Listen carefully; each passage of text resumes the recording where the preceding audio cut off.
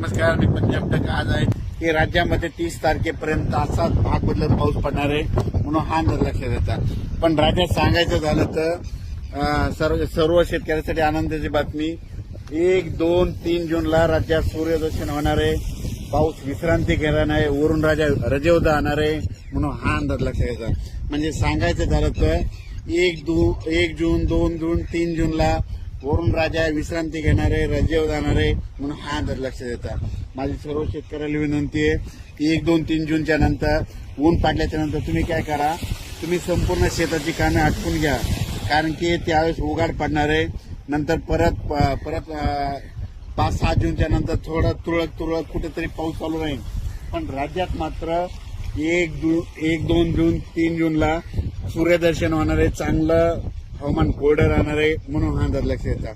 पण राज्यात मात्र आता 27, 28 आणि 29 मेला म्हणतं ठिकठिकाणी मुसळधार पाऊस पडणार आहे, भाग बदलत पडणार आहे म्हणून हा अंदाज लक्षात येतात. राज्यात दररोज वेगवेगळ्या भागात 2-2 दिवस पाऊस मुक्काम करत जाणार आहे म्हणून हा अंदाज लक्षात येतात.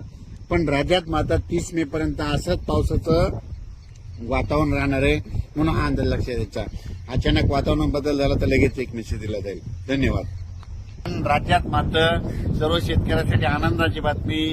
1 जून, 2 जून, 3 जूनला सूर्यदर्शन होणार आहे म्हणून हा अंदाज लक्षात येतात.